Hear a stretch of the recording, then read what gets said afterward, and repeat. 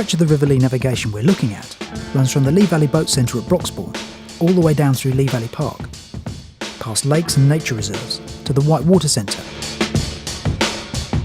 I decided to start at Broxbourne and head south, but you can just as easily go the other way, or even paddle further upstream beyond Broxbourne. There's a large car park opposite the boat centre and a fairly easy put-in, although it should be stressed that the canal banks are quite high all the way along at the portages, so travelling in a group or a pair isn't a bad idea. There are quite a few interesting features to encounter along the canal, from bridges to weirs and old wartime defences.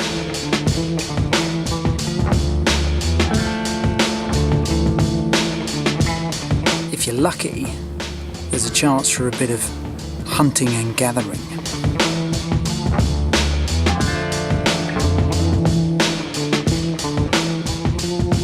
Right, that's enough of that. Back to work.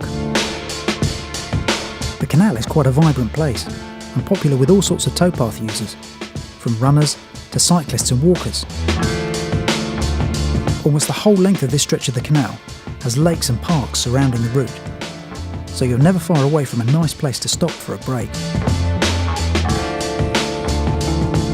Just north of the Lee Valley YHA, I stumbled across this orchid enclosure next to Cheshunt Lock completely by chance.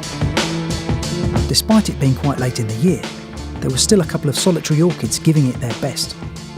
And I can imagine that in May or June, this place would be a must-see stop-off along the route.